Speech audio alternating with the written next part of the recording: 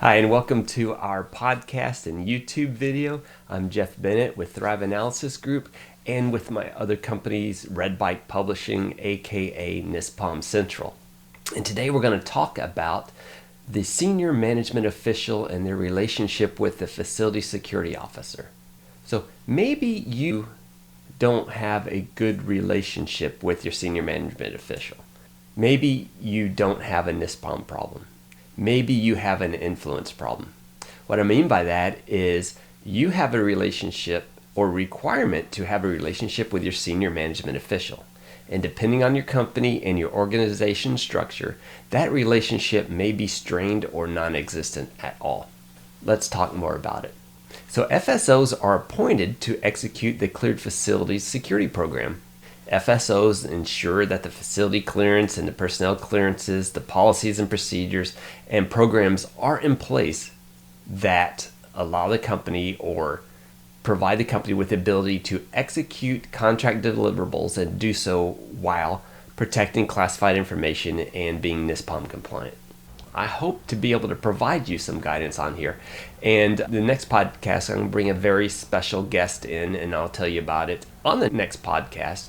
But I'm going to bring him in and see if he has any good recommendations on how the FSOs and the SMO can close any gaps between their ability to communicate and protect classified information at their facilities. But in this podcast, we're just going to discuss the roles and responsibilities of the senior management official and indicate any gaps and recommend how to fill those gaps technically. And then later we're going to bring in an organizational consultant to give us some ideas on how we can do this. So without a good understanding of NISPOM and how to operate under NISPOM requirements, FSOs are potentially positioned to spend many hours building programs that do not live up to their potential without a good relationship with that senior management official. So check the box and get a satisfactory rating. The FSO can work independently without a good relationship with their senior management official and potentially get that satisfactory rating. However, if you want to up your rating, if you want to get a good, firm, either satisfactory rating and have DCSA have full confidence in you, that senior management official must be engaged and must be able to describe their level of engagement. So potentially you could be getting a commendable or superior by applying what is in this podcast. Worst case scenario, performance and NISPOM compliance can be strained if the SMO and the FSO and the Insider Threat Program senior official are not in sync. And again, this depends fully on the senior management official's involvement and willingness to engage with the FSO and the ITPSO. If you're ever wondering why you're not able to build that cohesive relationship with the SMO, this episode will highlight the challenges that you face and show you what is missing and give you a roadmap to improve that relationship. In this podcast, I'll walk through the definitions, relationships, roles, and responsibilities of the senior management official. And we'll also provide recommendations of how to take advantage of this opportunity to have an absolutely unfair advantage in building that SMO FSO relationship. The SMO, FSO, and ITPSO, there's general procedures laid out in NISPOM. And I'm telling you, if you don't have a copy of NISPOM, you need a copy. If you're an FSO or senior management official or a key management person, you need a copy of NISPOM. Make sure your employees have it. How else are they going to know how to apply the NISPOM? You've got to read this thing. You've got to understand it. And you'll see how your organization should engage in their security program through the eyes of the Cognizant Security Agency or DCSA at this point. So the senior management official is designated in writing. They must be cleared to the level of the security clearance. So many FSOs are engaged in their facility clearances and personnel clearances once the company is cleared. They might come into a new role as a hired FSO, or they may be engaged as an FSO at an already existing facility. But for those of you who have been FSOs from the very get-go, you might remember the process of getting that FCL and working with DCSA on getting your facility clearance.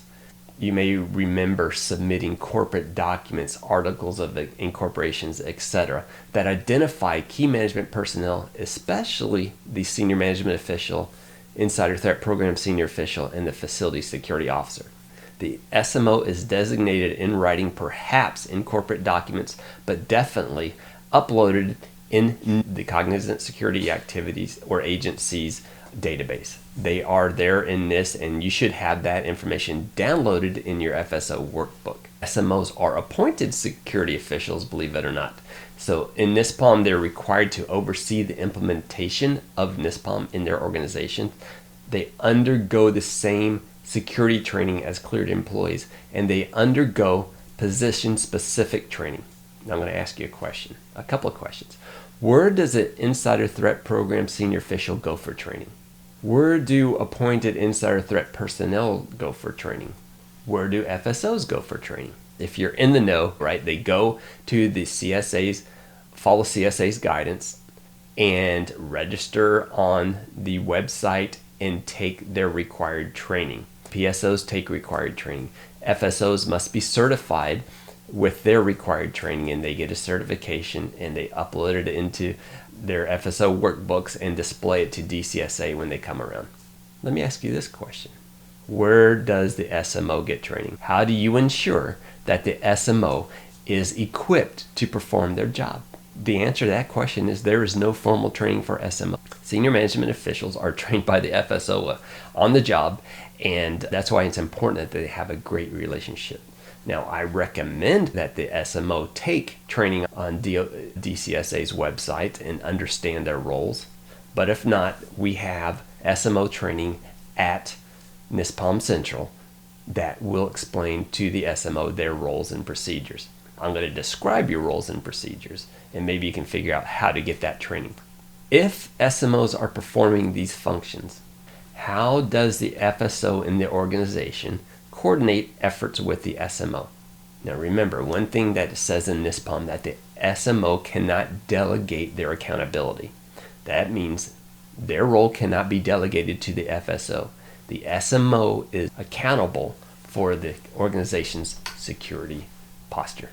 Let me give you an example of that.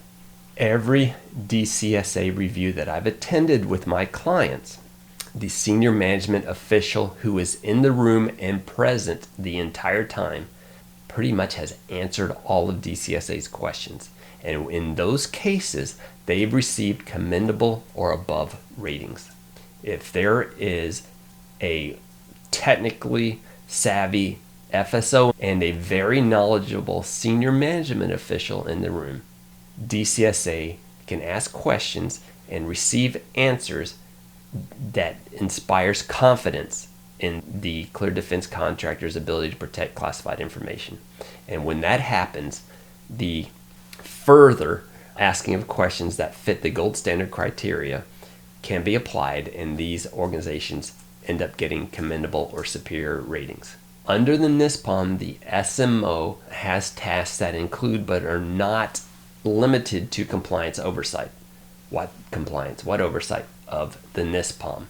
The implementation of security measures and ensuring compliance. What does that mean? It means that the SMO should know what the policies and procedures and practices of the organization are.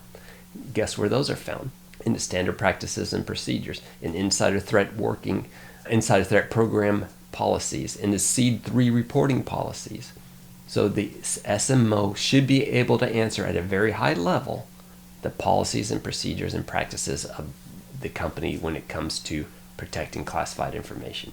Let's talk about security compliance oversight. Let me ask some questions about the SMO's accountability. Does the SMO support training objectives? For example, if employees are not taking their required training and the FSO has been chasing them to complete their training, can they rely on the SMO to back them up or provide some type of support and accountability so that these employees will complete their training in time? Does the SMO get the whole organization involved with supporting policies? For example, IT or anybody can engage with the learning management system to make sure that the training is uploaded and that there's a way to account for people taking training. Does the SMO support foreign travel? I've seen instances where the SMO travels constantly and does not notify the FSO. The question is, does the SMO report their own foreign travel? Does the senior management official engage with 254 requirements? Do they review the 254s, understand what the security clearance requirements are, and assess risk, and understand that funding may be necessary for additional resources to protect classified information? Or does the FSO have to constantly go to the senior management official about a budget and defend that budget? If the FSO and SMO are in sync, it's a better environment to supporting these classified contracts. Additional SMO responsibility includes oversight of the Insider Threat Program. They oversee the Insider Threat Program's senior official. In fact, they appoint them just like they appoint the FSO in writing. And they're responsible for developing, implementing, and overseeing the organization's Insider Threat Program. Can the SMO describe the Insider Threat reporting requirements? Is the SMO engaged with the Insider Threat Working Group?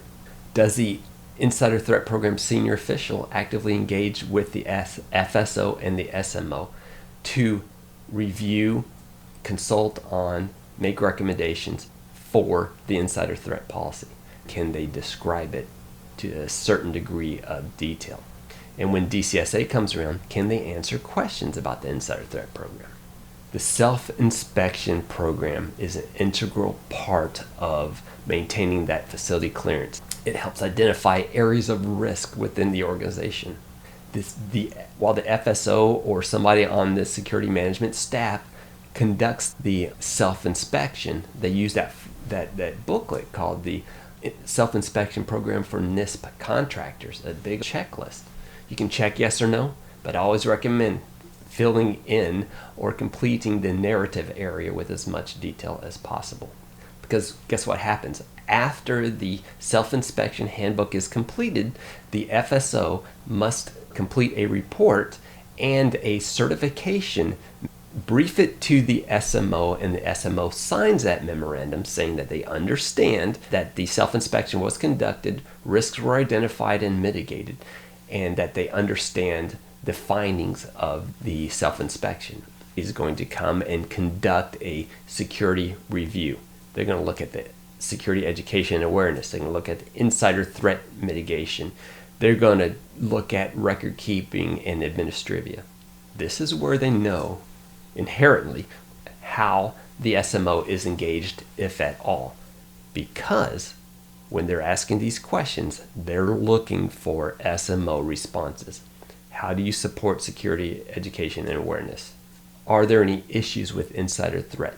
Have you been briefed by the counterintelligence agent from DCSA on any risks, and have you mitigated those risks? What risks were identified? It's important that the FSO and the SMO and the ITPSO are engaged and informed of each other's roles, their responsibilities, and how they will respond to the self-inspection, to training requirements, and protecting classified information, and be able to relay those responses to DCSA when they come and do their audit. If you're having problems with applying NISPOM in your company and getting support, it may not be an issue of NISPOM compliance.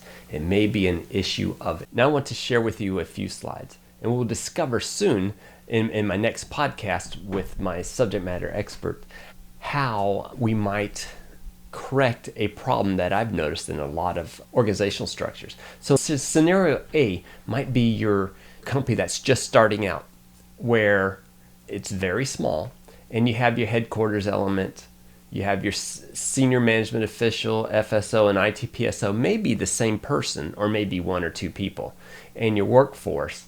They're all company officers. Your key management personnel might be here. I know companies with 2 or 3 employees, and they're all key management personnel, and they're all the workforce as well. So this is a situation where the FSO, the senior management official, and the ITPSO may all be one person, so there are usually not any issues with the FSO-ITPSO relationship. But something happens when the company starts to grow. What is an ideal situation is that the company officers are all represented in this circle still. You have your headquarters, and under that headquarters is a senior management official, and they're going to appoint these FSOs and ITPSOs to do their job. That's great, especially if these FSOs and ITPSOs are accountable or rated by the SMO. Again, the SMO is identified in corporate documents. The FSOs and ITPSOs are appointed in writing. And since that relationship should be there, maybe they should be there on the organizational structure together. Next slide I want to show you is what usually happens, especially in larger corporations. You have the company officers, and the SMO is always a key management person. They're always a company officer at the highest level, high enough to direct operations according to NISPOM. And they're up there with all the other senior vice presidents. But suddenly there are VPs and directors that are outside of the company officer appointments. They're not KMP. And under them is the workforce. All of these people are outside of the company officer positions, including the FSO and the ITPSO. And it is a long way from the FSO to the SMO. And it's unlikely they're going to communicate. They may communicate via this VP who communicates with another VP who gets to the SMO. We don't want this scenario. The FSO must always have a direct line to the SMO. It's important that there is a competent FSO and ITPSO assigned that can communicate confidently and correctly with a senior management official, and that there is a certain amount of trust there, because we want to bring this FSO back up into the company officer position. So stay with me and we'll discuss some ways to do this. And again, my special guest will be here on our next podcast, so I hope you will join us.